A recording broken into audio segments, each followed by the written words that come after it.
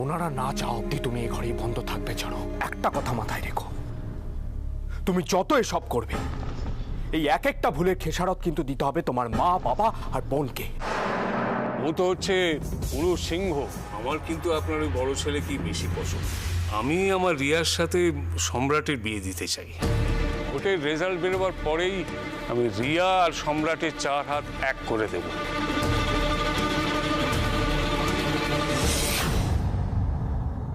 যে অপমান ও আজ আমায় করেছে তারপর আর এখানে থাকার কোনো প্রশ্নই ওঠে না।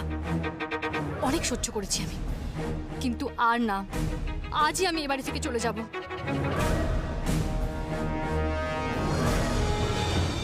তুই হারলে আমরা সবাই যে হেরে যাব মা। তুই জিতলে এই সূর্য তরুণের অন্দর মহলে আশার আলো ডুববে। চারু, চারু, ছোট মা, এই তো আমি। চারু, শেষ রক্ষা হলো না গো। আমার কিন্তু আপনার ওই বড় ছেলে কি বেশি পছন্দ। ভোটের রেজাল্ট বেরোবার পরেই আমি রিয়া আর সম্রাটের 4 হাত এক করে দেব। কি?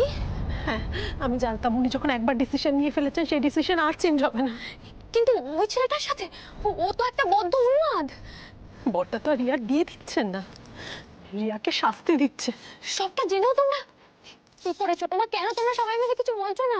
বলবো বলা তো বলার পরিণাম তো দেখলে। দুটো কথা বললে তার জন্য তুমি ঘরবন্দি হয়ে রইলে।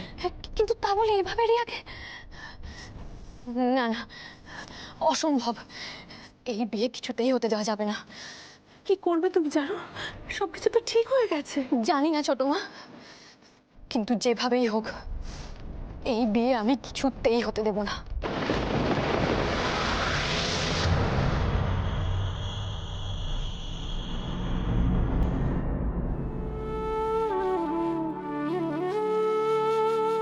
তুই ভালো থাকিস দিদিয়া। অনেক কষ্টে মা বাবাকে সামলেছি,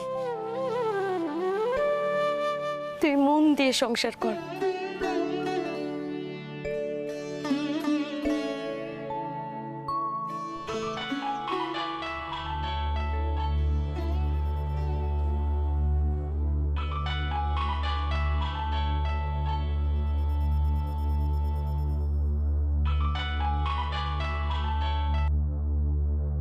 হ্যালো,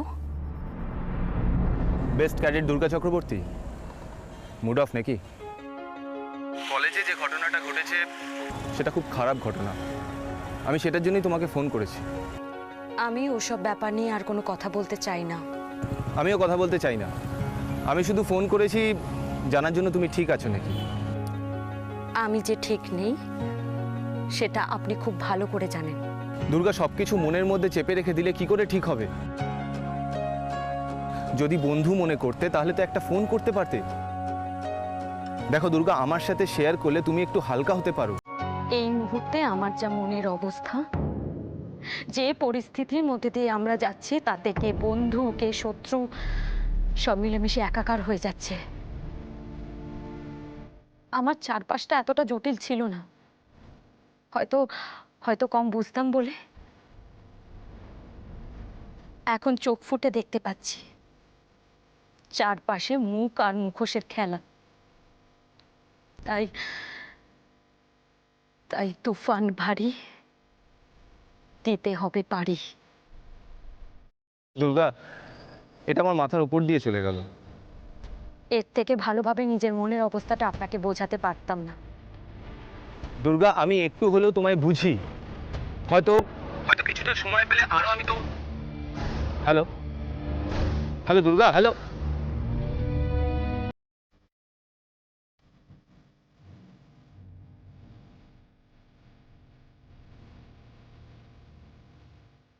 ফোনটা কেটে দিল। বিড়ালের গলায় ঘন্টাটা বাঁধবে কে? তুগলো কি শাসন চলে এ বাড়িতে? দাদার কাছে কে গিয়ে বলবে রিয়ার সঙ্গে ওই ছেলের বিয়ে দিও না? পিসিমণি, তুমি তো বলতে পারো। আমি কোনো কাজ হবে না, বরং আমি বলেছি বলে উল্টে আরো। যদি আমি বলি? তুমি বলবে? আবার বড়দাকে?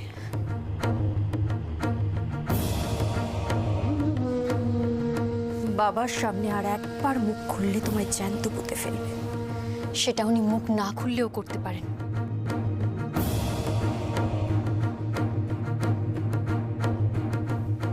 বৌমনি, তুমি আমার জন্য শেষ হয়ে যাবে সেটা আমি জেনে বুঝে হতে দেব না। আমিও তোমাকে ওরকম একটা বদ্ধ উন্মাদের হাতে তুলে দিয়ে শেষ হতে দেব না। তুমি চিন্তা করো না, আমি জানি আমার কপালে অনেক দুর্ভোগ আছে।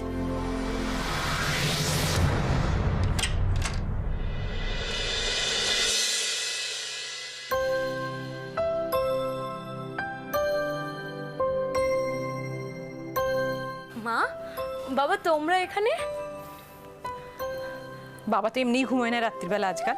আমি তাই বললাম চলো মেয়ের ঘরে যাই, একসঙ্গে তিনজনে গল্প করতে করতে ঠিক ঘুম এসে যাবে।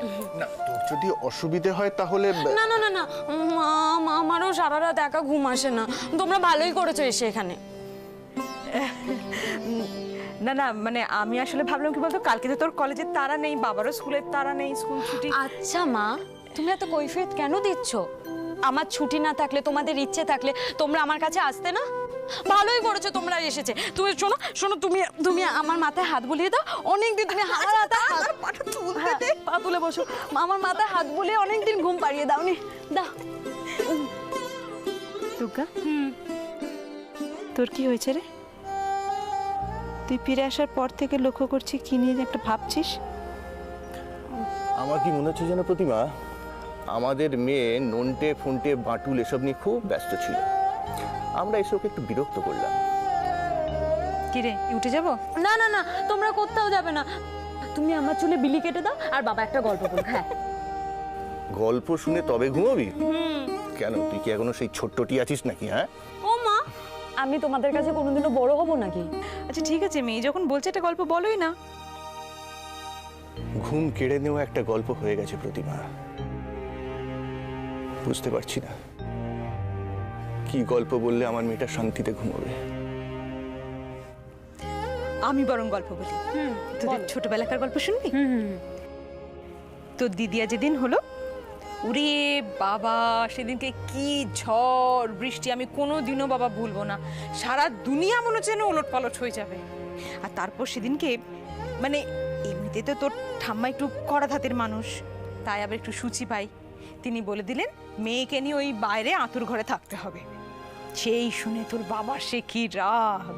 না, মায়ের কথা আমি কোনোদিন অমান্য করিনি, কিন্তু সেদিন সত্যি খুব রাগ হয়ে গিয়েছিল।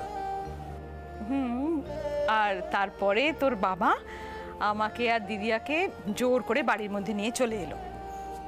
সংস্কারে আমি আঘাত করতে চাইনি, কিন্তু অতটুকু মেয়ে ওই রকম বৃষ্টি ঝড় ঝড়ের মধ্যে থাকলে তাহলে তো ঠান্ডা লেগে যেত। তখন দিদিয়া জানে এই গল্পগুলো? না, ওকে বোধহয় এইসব গল্প বলা হয়নি। বলে বোঝাতেও হয়তো পারবো না সেদিনকার অনুভূতি, বোঝাতে পারবো না বাবা হওয়ার প্রথম সুখটা কি। জানিস, সারাক্ষণ আমি ওর মুখের দিকে হাপিত্তেশ করে তাকিয়ে থাকতাম। শুধু তাই, কতবার ওর ঘুম ভাঙিয়ে দিতে একটু হাসি দেখবার জন্য, সেটা বলো। না না প্রতিমা, সেটা ইচ্ছে করে নয়। আসলে কি জানিস, ও আমার আঙুলটা ধরে কি না সেটা দেখার জন্য কখন কখন একটু। তোর বাবার তো সব কাজকর্ম বন্ধ হয়ে গেছিল, দিন রাত মেয়ের দিকে চেয়ে বসে থাকতো, কখন হাসবে কখন তাকাবে। আর মেয়েও হয়েছিল সেরকম বাপ নেওয়াটা, দিন রাত বাবার গলা জড়িয়ে ধরে ঝুলছে। সেই অনুভূতিটা আজও আছে। আজও আমি ওর সেই আদো আদো ডাকটা শুনতে পাই, জানিস। কিন্তু সেই মেয়েটাই আমার থেকে আজ কত দূরে চলে গেছে, এত দূরে চলে গেছে যে চোখ বন্ধ করলেও না কিরকম আবছা দেখি ওকে। নিজের ইচ্ছের বিরুদ্ধে গিয়ে তুমি এই বিয়েটা করো না রিয়া। এটা তো আগে হলেও হতো, এখন তো আর কোনো উপায় নেই। কিন্তু আমি তো এই অন্যায় হতে দেব না। কি করবে তুমি? আপনি যেমন বলেছিলেন পিসিমণি, প্রথমে ওনার কাছে গিয়ে আমি অনুরোধ করব। উনি যদি আমার কথা শোনেন তো ভালো, না হলে আমায় অন্য কিছু ভাবতে হবে। তুমি কোনো চিন্তা করো না রিয়া, তুমি নিশ্চিন্ত থাকো। আমি থাকতে তোমার এই বিয়ে কিছুতেই হবে না। কথা দিলাম। ও বাবা, এ তো দেখছি জেহাদি চারু। এই মেয়ে তো দেখছি আমাদের অন্দরমহলের নেত্রী হয়ে উঠছে। যাই, দেরি না করে দাদার কানে খবরটা ঢেলে দিয়ে আসি। দেখো, আমার হাতে অত সময় নেই, আমি নির্বাচনের কাজে ব্যস্ত থাকবো। কেনাকাটা থেকে শুরু করে বিয়ের সব ব্যবস্থার দায়িত্ব তোমাকে নিতে হবে মিহির। তার মানে দাদা, ভোটের সব কাজ থেকে তুমি মিহিরকে অফ করে দিলে? সব কাজে ওর খুব একটা মন আছে বলে তো মনে হচ্ছে না। তার চেয়ে মন দিয়ে যেটা করতে পারে বলে মনে হচ্ছে সেটাই করুক। আমি তো একবার বলিনি আমি সামলাতে পারবো না। তোমাকে যা দায়িত্ব দেওয়া হয়েছে তুমি শুধু সেটাই সামলাবে। তুমি আর তোমার বউ মিলে বিয়ের কেনাকাটা করবে, বিয়ের জন্য যা কিছু প্রয়োজন তোমরা দুজনে মিলে ঠিক করবে। পারবে না? বলছিলাম কি, এই এমন কি কঠিন কাজ? আমরাও সবাই হাতে হাতে সব করে দিতে পারবো। মিহিরকে আবার এসবের মেয়ের তো চারুলতার সঙ্গে সময় কাটাতে ভালোবাসে, কি সুন্দর ব্যবস্থা করে দিলাম। কি মেয়ে, পারবে তো? নাকি এসব নিয়ে তোমার বউ আবার চোখ রাঙালে তোমার? বাবা, বাবা তুমি কেন এসব কথা বলছো? তোমার কথা ভেবেই তো স্টেপ নিয়েছি। চারুকে ঘরে বন্ধ করে রেখেছি। ও যা করেছে তার জন্য তো শাস্তি দিয়েছি ওকে। হ্যাঁ, উল্টে দিয়েছো একেবারে।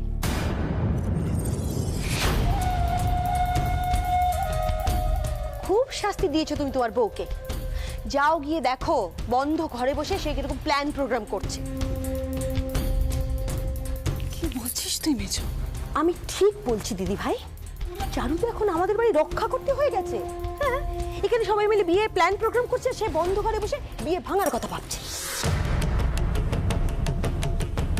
কাকিমণি, তুমি ঝামেলা বাঁধানোর চেষ্টা করছো। তুমি চাইছো আবার একটা সিন ক্রিয়েট হোক। তুমি কি বলতে চাইছো মিহির আমি মিথ্যে কথা বলছি? হ্যাঁ বলছো, কারণ আমি তোমার কথা বিশ্বাসই করি না। বেশ, তাহলে যাও নিজের চোখে রিয়ার ঘরে গিয়ে দেখে এসো কিরকম টিম মিটিং চলছে, একেবারে চক্ষু কর্ণের বিবাদ ভঞ্জন করে এসো। যাও। কেন যে বারবার বোঝানোর পরেও যে নিজের বিপদ ডেকে আনছে কে জানে।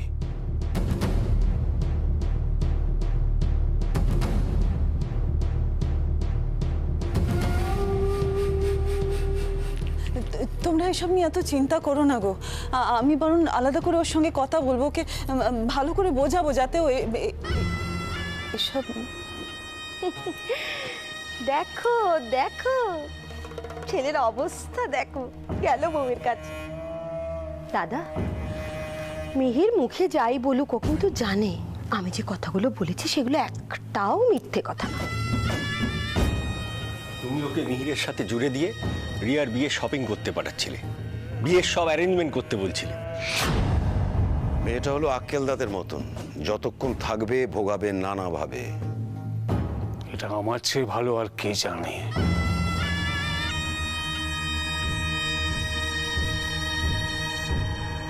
হ্যাঁ গো, হ্যাঁ গো, আমাকে ক্ষমা করে দাও।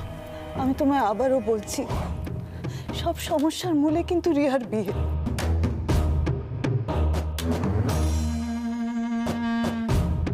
ওই ছেলেটার সঙ্গে রিয়ার বিয়ে দেওয়াটা বিরাট বড় ভুল হবে গো। ও তো তোমারই মেয়ে, তুমি ওকে এত বড় শাস্তি দিও না।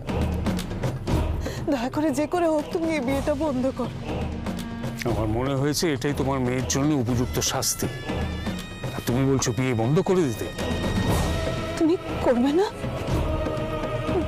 তুমি রাখবে না আমার কথা? সব নাটক বন্ধ করো মন্দিরা, সরো এখান থেকে। না, আমি সরব না। তুমি এই বিয়েটা বন্ধ না করলে আমি তোমার পায়ে মাথা কুটে মরবো। তাহলে তাই মরো। তবে এটা জেনে রেখো, তোমার শ্রাদ্ধটা হবে কিন্তু রিয়ার বিয়ের পরে।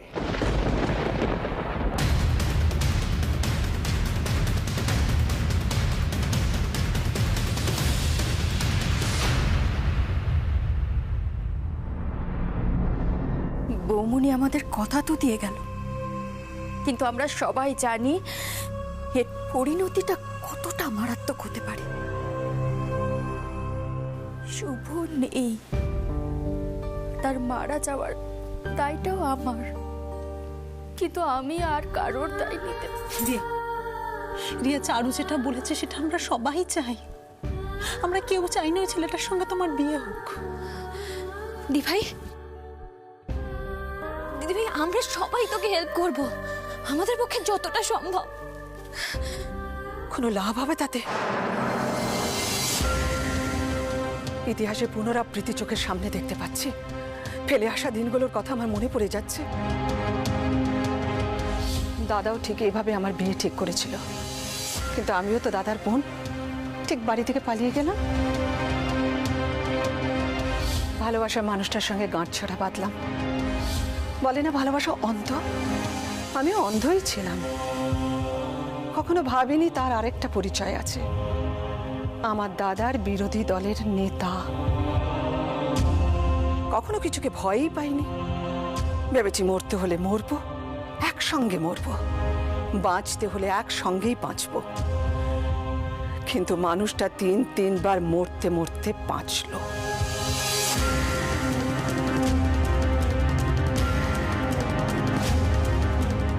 আমি বুঝেছিলাম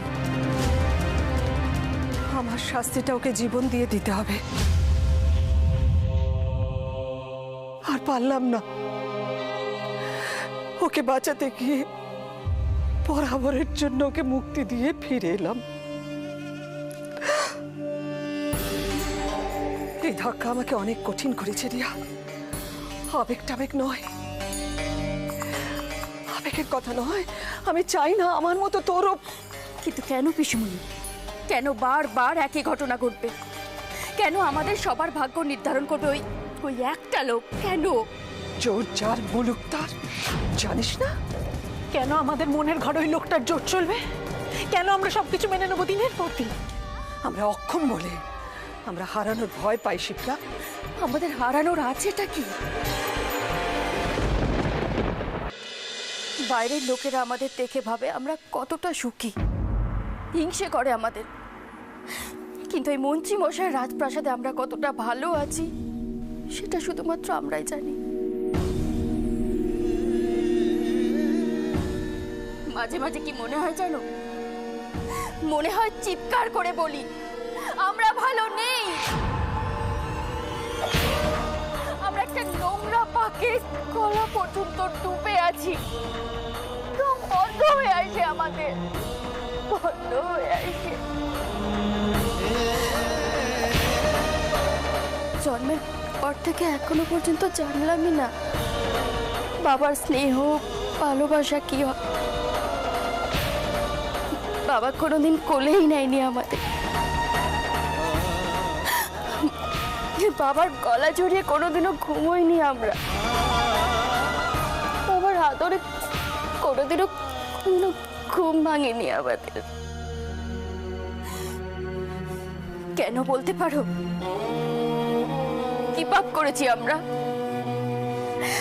যে এই পদ্ম রাজপ্রাসাদে আমাদের জন্ম না হয়ে একটা সাধারণ বাবার ঘরে আমাদের জন্ম হলো না?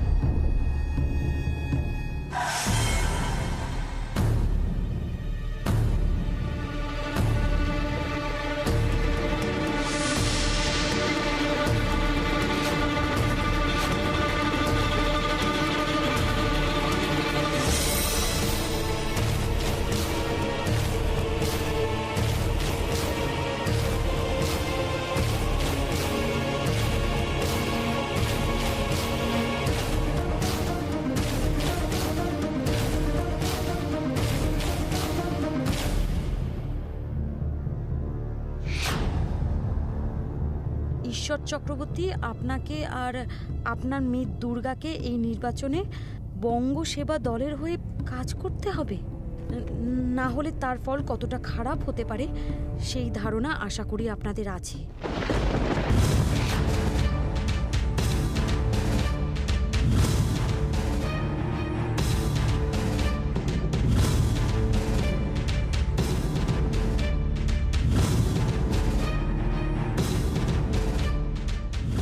অনেকদিন পর একটু নিশ্চিন্তে ঘুমোচ্ছে দুজনে। এখন ডেকে এসব কথা বলার কোনো মানেই হয় না। না, যা করার আমাকেই করতে হবে, আর সেটা এক্ষুনি।